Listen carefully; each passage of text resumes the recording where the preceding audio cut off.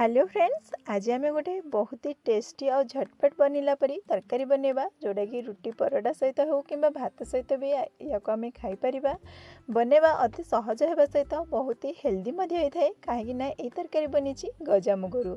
ये गजामुगरू आम ये तरकारी बनवा जोटा कि खाइबा को बहुत ही स्वादिया लगी था। तो से मुझे नहीं जाइए गजामुग। गजामुग को एमती भी आपण मैंने खाईपारती सालाड्स भली एमती कंचारे, किंतु या आम दरकार पड़े एमती तरकारी किंबा कौन सी चकुली दोसा ये सब भी बन पार। आज मु तरकारी बनाऊँगी। तरकारी बनवाई मुझे गजामुग नहीं जाइए। गजामुग बहुत ही सहजरे हो जाए दिने 2 दिन भितर। गजामुग सहित मुझे किसी पियाज और टमाटो काटिकी नहीं जाइए, सहित अदा रसुण छेचिकी नहीं जाइए, किसी कंचा लंका भी नहीं जाइए। तो प्रथम आम कौन करवा, ये गजामुग को गोटे प्रेसर कुकर देदेबा। गजामुग जिते आम बतरे भल भाव धोईकी से सब गुड़ी अंश बाहर करने और सफा भाव में बतरे से गजामुग को प्रेसर कुकर नहीं जावा। से गोटे ग्लास पानी देवा और अल्प टिके लुण पकईनवा आधा चमच। तापर या आम गोटे हुइसिल दे सिझे नवा। आपन चाहिए एमती कड़े भी सिझे पारे, जल्दी सिझी जाए। किंतु जदि जल्दी अच्छी तो प्रेसर कुकर गोटे हुइसिल मारनवा। तापर ताको आम साइड रखा। बर्तमान गोटे कड़े 3 ରୁ 4 चमच आम तेल नहीं जावा। मीडियम साइज चमच रे 3 ରୁ 4 चमच मुझे तेल नहीं जाइए। तेल गरम हो गले से पकईदेवा गोटे तेजपत्र, गोटे अलैच, ता छड़ा खंडे डालचीनी सहित छोट खंड से जो स्टार फूल, ता सहित गोटे चमच जीरा मुझे फुटण कर देछि। जीरा सहित मुझे 2टा कंचा लंका भी पकईछि। आपन चाहिए सुखिला लंका भी पकई पारे। तापर ए पकई देछि छोट छोट कटा होइतिबा पियाज। पियाज को प्रथम आम तेल रे टिके भाजी नबा। हल्का जिते गोल्डन कलर हो पियाजटा से आम अदा रसुण पेस्ट मिसेबा। प्रथम पियाज को टिके हल्का भाजी नबा। पियाज जो गोल्डन कलर हो अदा रसुण पेस्ट मिसेबा। आपन चाहिए पेस्ट भी मिसई पारे। मुझे छेचिकी नहीं अदा रसुण या आम पियाज सहित भाजी नबा। बहुत ही टेस्टी बनी थाए ये गजामुगर तरकारी। आपण मैंने जमी तड़का बनाती ना ठीक सेमती बनवा। आउ खास करके वेजिटेरियन मानक पई ए तरकारी बहुत प्रोटीनदायी होता है। माने एथिरे बहुत सारा प्रोटीन थाए। आपण मैंने ये तरकारी सप्ताह को थरे 2 थर निश्चय बन पारे, बहुत बढ़िया लगे।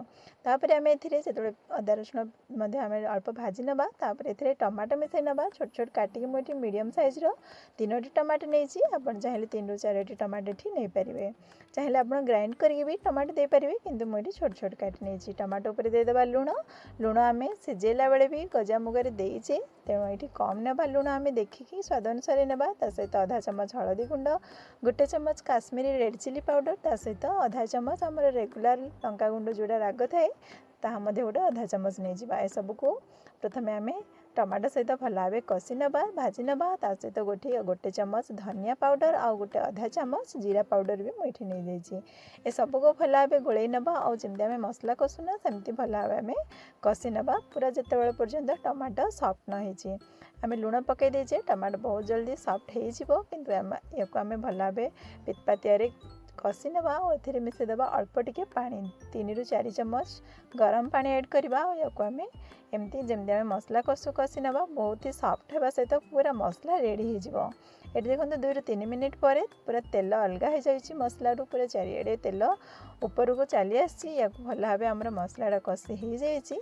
बर्तमान ए सिझेकी रखि गजामुग ऐड करवा। ये देखो गजामुग मुझे गोटे हुइसिल मारी टिके कम सिझला पर लगुच। जदि आपन को पूरा बिलिला पर गजामुग दरकार तो आप 2टा हुइसिल भी मारी पारे, किंतु मुझे गोटे ही हुइसिल मारिकी से जो गजामुगटा सिझे बेसी सिझीगले भी माने से सब प्रोटीन अंश नष्ट हो जाए। तेणु आम मुझे गोटे ही हुइसिल मारी। आपन चाहिए एमती कड़े भी या स्लो रे बसैकी 15 मिनिट पर्यंत गजामुग को सिझे पारे। गजामुग को मसला भल भाव गोल नवा और ताऊपर देदेबा आम गरम पानी। गरम पानी ही व्यवहार करवा। जदि ठंडा पानी व्यवहार करवा ना तरकारी टेस्ट बदली जीव, भल लगनी। पूरा गरम पानी ही देबा और बेसी पतला करवानी, एमती जुकजुकिया करके बनवा, बहुत बढ़िया लगे। ये आम पानी दे देचे आमको जी आवश्यक और आम कवर कर नवा 10 मिनिट से भल भाव जमती फुटीज। पूरा तेल भी ऊपर को पड़े आसो और तरकारी फ्लेवर सब मसलार फ्लेवर भी बहुत बढ़िया आसो। ये 10 मिनिट हो जाए। शेष में ये देदेजी गोटे चमच गरम मसला आ कि धनिया पत्र दे सारिया पर सबको आम गोल ना आमर ये जो गजामुगर तरकारी कहतु बा डाली कहतु बा आप तड़का कहतु बहुत ही टेस्टी बने पूरा मसालेदार बनब बेस समय आवश्यक नहीं कौन मसला बाटा आवश्यक नहीं बहुत कम समय बनिकी रेडी हो देखो केते सुंदर कलर सहित आमर ये गजामुग तरकारी बनिकी रेडी हो जाइए ऊपर आम कि छोट छोट कटा होता अदा आ सहित कंचा लंका सहित या देवा बहुत बढ़िया टेस्ट आसो या आपण मैंने रुटी परोटा भात जो थे भी खाईपारे बहुत पसंद आसो कि एमती भी खाईपारे या आपण मैंने चाहिए बिना पियाज रसुण भी बनई पारे तो आपण मानू किपरि लागला एई गजामुगर तरकारी कमेंट करी निश्चय जनइबे भल लागिथिले लाइक करिवे शेयर करिवे चैनल टी सब्सक्राइब निश्चय करिवे रहुछि नमस्कार।